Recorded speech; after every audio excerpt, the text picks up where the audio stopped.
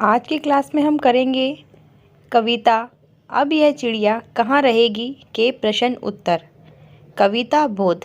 पहला प्रश्न है, नीचे दिए गए प्रश्नों के उत्तर दीजिए जिसमें मौखिक में कै है। चिड़िया का घोंसला कैसे उड़ गया था? हमें पता है चिड़िया का घोंसला कैसे उड़ा था? आंधी से। ख है हमारा, चिड़िया क्या कर रही थी? इसका उत्तर है चिड़िया ची ची करके दर्द से कर्रा रही थी। ग है हमारा, बच्चों ने चिड़िया के लिए क्या खोली? बच्चों ने चिड़िया के लिए क्या खोली थी? अलमारी। अगला है हमारा लिखित। लिखित में कै प्रश्न है हमारा, घोंसला उड़ने से क्या हुआ था? है ना, जब चिड़िया का घोंसला उड़ गया था तो क्या हुआ था? इसका उत्तर है घोंसला उड़ने से चिड़िया के अंडे फूट गए थे। चिड़िया के अंडे फूट गए थे।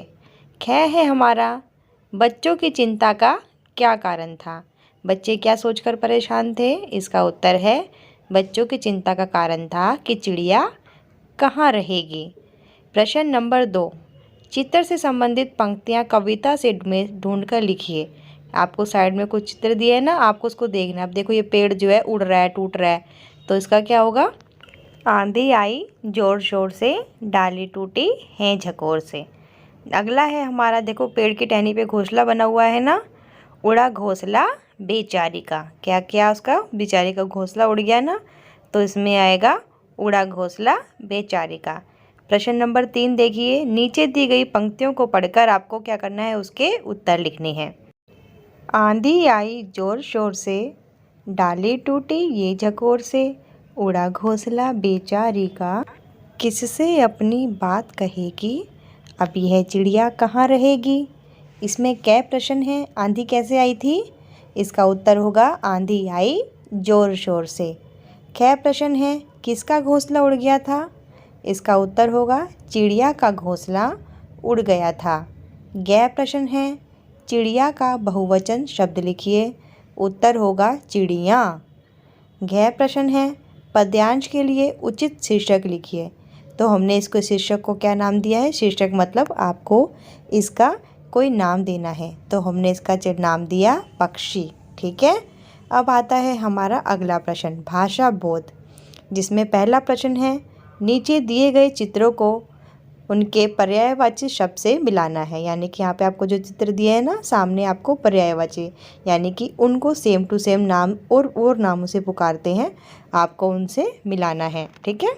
जैसे कि सबसे पहले हमें क्या दिया गया है? पेड़ का चित्र दिया गया है और सामने लिखा गया है डाली टहनी शाखा। क्या पेड़ को डाली टहनी शाखा कहते हैं? जी नहीं।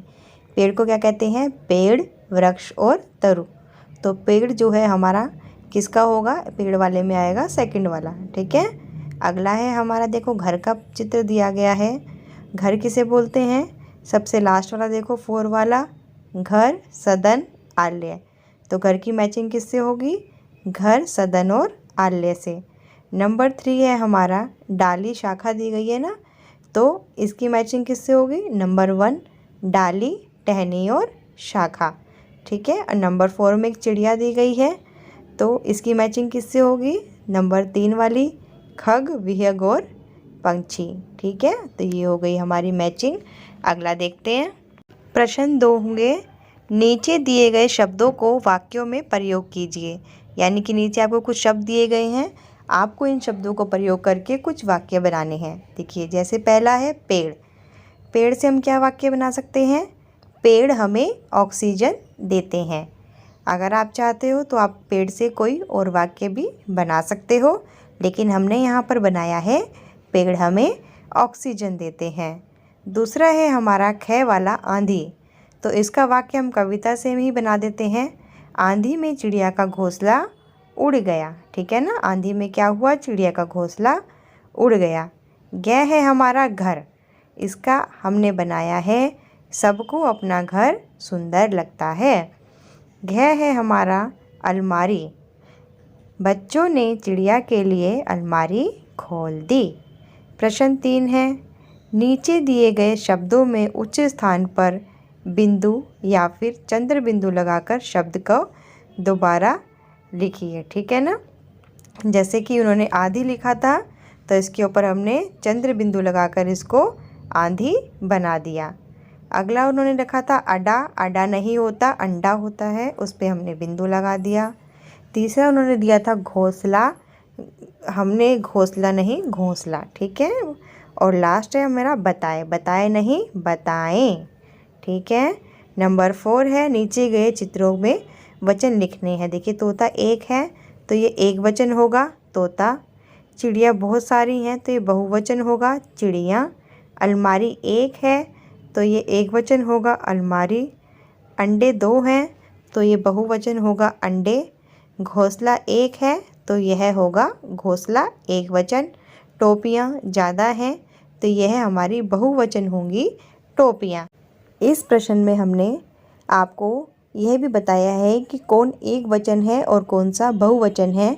अगर आप चाहें तो इनके नाम के साथ इन्हें एक वचन और बहुवचन भी लिख सकते हैं ताकि आपको समझने में आसानी हो।